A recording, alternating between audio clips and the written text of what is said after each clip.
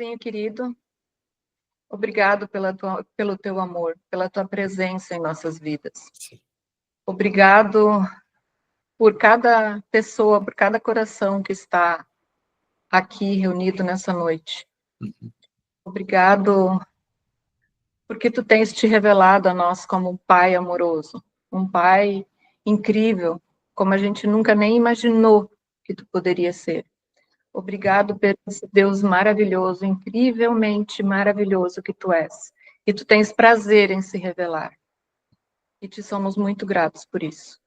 Espírito Santo, tu és bem-vindo. Permaneça conosco. Tu és bem-vindo.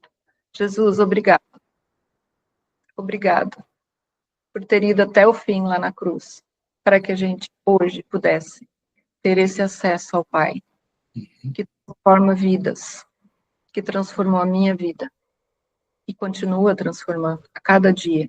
Quanto mais eu te conheço, mais linda eu te acho.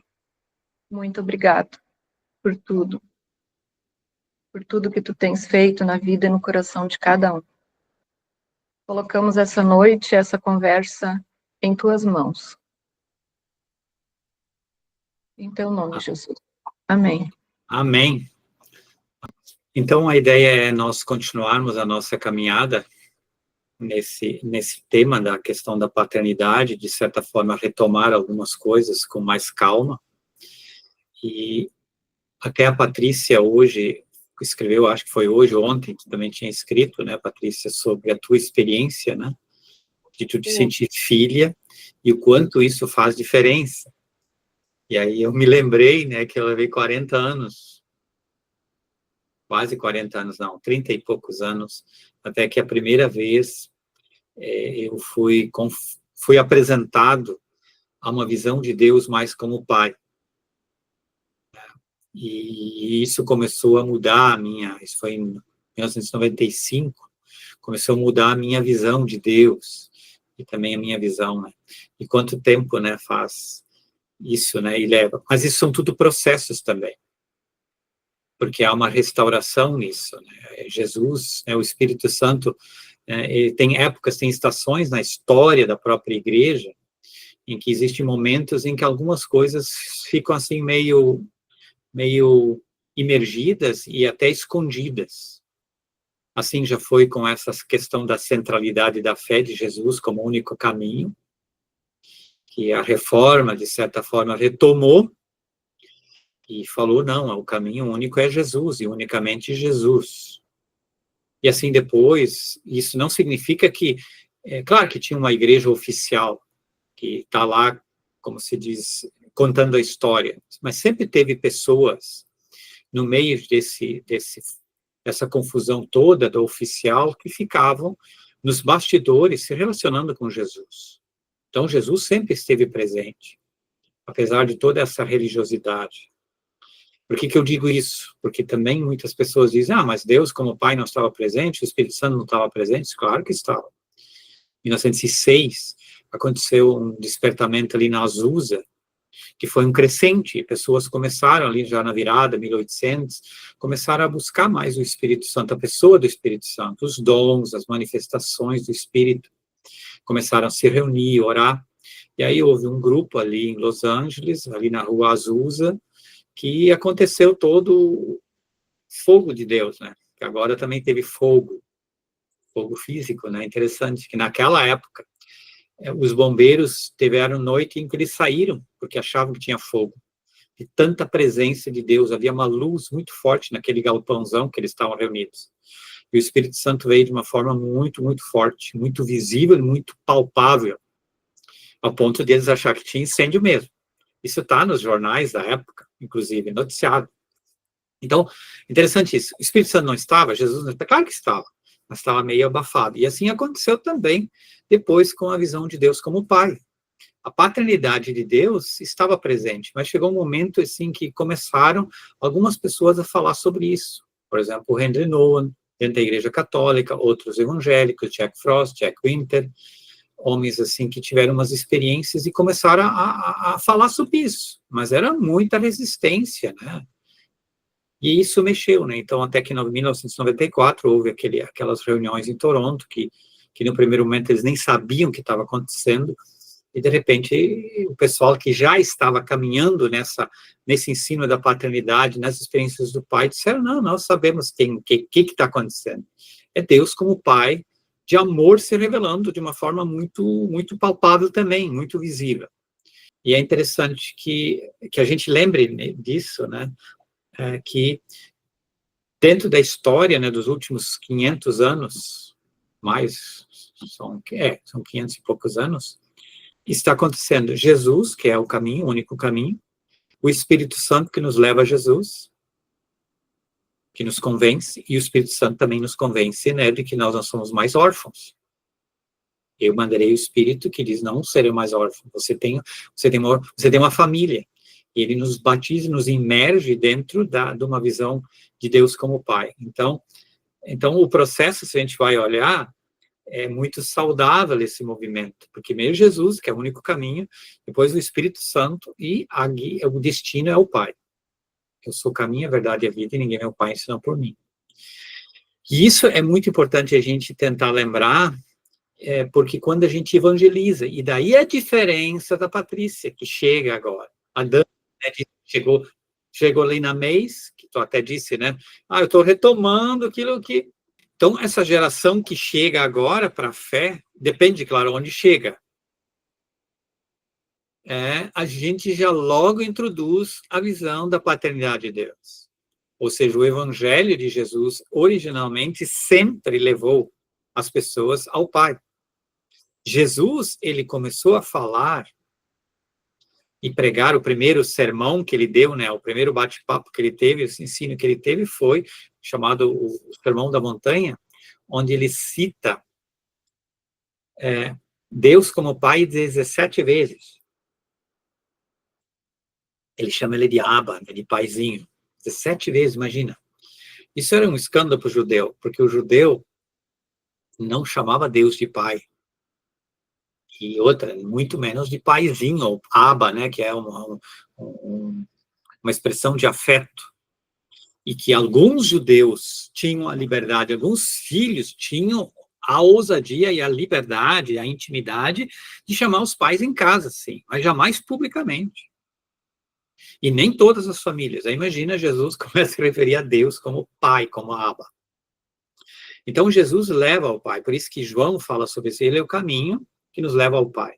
É o destino, e muitas vezes, e é importante, gente, a gente lembrar isso e retomar e gravar isso, que, por exemplo, meu caso, a minha história, eu me converti com 17 anos, 1980, 22 de março ali, a gente fez uma oração, entrega para Jesus, tive uma experiência muito forte com o fogo do Espírito Santo, que eu nem sabia que era, depois eu consegui distinguir o que era, e ali a gente foi, Jesus, tá certo, é Jesus o caminho, tem que nascer de novo, tudo isso tá certo, Jesus.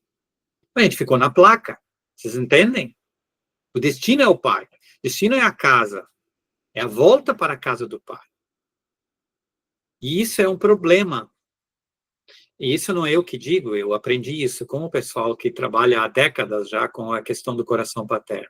Que quando a gente leva alguém a Jesus, a gente conduz para Jesus, a gente deve levá-la ao destino, ao Pai, para casa. Porque isso faz a grande diferença. Senão a gente fica na placa, e a gente não vai para casa. E a gente fica no meio. E às vezes esse é um sentimento de que sempre falta alguma coisa. E por isso que eu tive exemplos de pessoas, e a gente diz, né, a nossa experiência aqui com algumas pessoas, que alguns de vocês até conhecem, quando a gente começou a retomar, a gente foi imergido nesse ensino da paternidade de Deus, eles chegaram a dizer, puxa, agora nós estamos voltando ao primeiro amor. Ou seja, era aquelas primeiras experiências que a gente tinha e teve no nosso coração quando a gente se converteu, lá em 1980. Ou seja, quando a gente nasce de novo, as pessoas nascem de novo, normalmente elas têm esse encontro com o Pai. Só que aí entram outras coisas. Às vezes outra é muita cobrança, muito legalismo, muita coisa. No nosso caso foi isso, muita briga teológica, muita briga com estruturas, todo esse negócio. E daí a gente começa a se perder nisso. E como não havia uma revelação tão clara ainda, apesar dela já estar ascendente, né, já estava num crescente melhor. E então isso é importante entender. E daí a gente fica no meio do caminho. E João 14, ali quando Jesus diz, eu sou o caminho, a verdade e a vida, e ninguém vem ao Pai, a não ser por mim, ele diz, vem ao Pai, porque ele estava no Pai. São alguns jogos de palavras que a gente precisa entender. Jesus vem ao Pai. O que é isso? Ele já estava nele. E ele disse, quem está em mim, está no Pai. Eu nele, e ele e vocês em mim. E aí Felipe disse, o discípulo, né, amor, nos revela o Pai, que isso não vai nos bastar, vai nos satisfazer. Há um suprir, há um contentamento nisso, há uma satisfação nisso. Então, por isso que é tão importante isso. Então, por isso que o evangelho pleno, o evangelho todo, sempre leva ao Pai. E assim, um dia quando a gente morre, porque essa é a ideia, né, João 14, na casa do meu pai há muitas moradas. Não. Também, sim, lá também. Mas é agora já termos a experiência. Porque quando Jesus disse, eu vou voltar para vocês, eu vou buscar vocês, ele não está só falando na hora da morte, que ele vem ao nosso encontro e nos pega de volta, ou no arrebatamento, na volta dele, na segunda vinda. Mas também quando ele iria e quando ele envia o Espírito Santo, ele vem na pessoa do Espírito Santo para nos fazermos sentir e pertencer, nos enxerta no mesmo Pai que ele está enxertado, que ele vem. Então isso é importante. E isso muda, né? Isso muda a perspectiva da fé. Então eu queria colocar isso assim. E por isso que se carrega isso. E a igreja cristã, as comunidades cristãs, elas tinham essa revelação muito clara. Por isso que não existe no Novo Testamento nenhuma direção clara de redirecionamento das comunidades para voltarem ao Pai. Havia os ensinos, claro, dos evangelhos, mas não houve nenhuma repreensão de Paulo, por exemplo, porque elas estavam nele. Porque as cartas do Novo Testamento foram escritas para corrigir desvios. Se tinha uma coisa que eles não estavam desviados, era a revelação de Deus como Pai. E depois se perdeu, né? A partir do ano 150 começou a se perder essa revelação. É como eu sempre conto para vocês, né? Um dia eu vi lá em Toronto, acho que foi 2015, John Arnold dizer, e falando sobre isso, que a revelação de Deus era muito clara, do período no Novo Testamento, quando o Novo Testamento foi escrito, por isso que também havia essa sensibilidade, havia problemas, havia lutas com pecados, havia escândalos, havia. Mas isso não era originado por causa da orfandade, mas eram outros problemas, né? Outras questões. Mas havia essa consciência da paternidade, havia essa presença. E por isso que é interessante, hoje a gente pode perceber que, mesmo, por exemplo, por exemplo, você vai olhar a Patrícia foi, entre aspas, evangelizada pela Leci, né? Vamos dizer, isso veio dentro. A Dani está aí junto, entrou, sabe?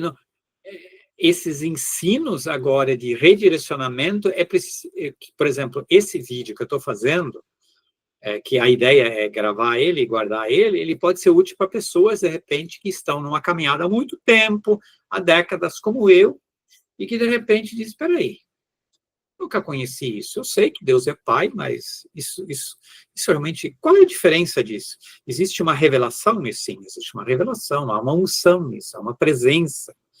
Isso muda coisas, né? Muda, inclusive, a nossa visão, em primeiro lugar, de Deus, muda a visão de comunidade e igreja.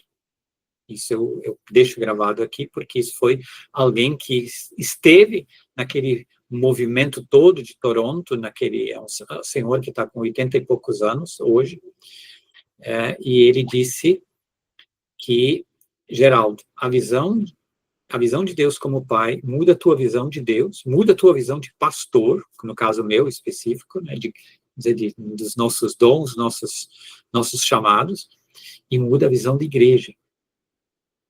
E aí eu peguei vinho novo, odres novos. porque os vinhos velhos, ou tu tem que voltar para o vinho velho para manter os outros velhos. E é por isso que, infelizmente, muitos mesmos, eu vi muitas pessoas voltarem para o vinho velho. Por quê? Porque o vinho velho, ele cabe dentro dos odres. É só tu dar uma pintadinha nele e tal, ele vai, as pessoas vão tocar. Ou seja, para mim, isso é voltar para o Egito, olhando isso assim. Mas, porque esse vinho, essa revelação do Pai, exige uma profunda revisão. Porque, e eu vou colocar para vocês, a visão de Deus como Pai não pode ser algo tipo que a gente faz com...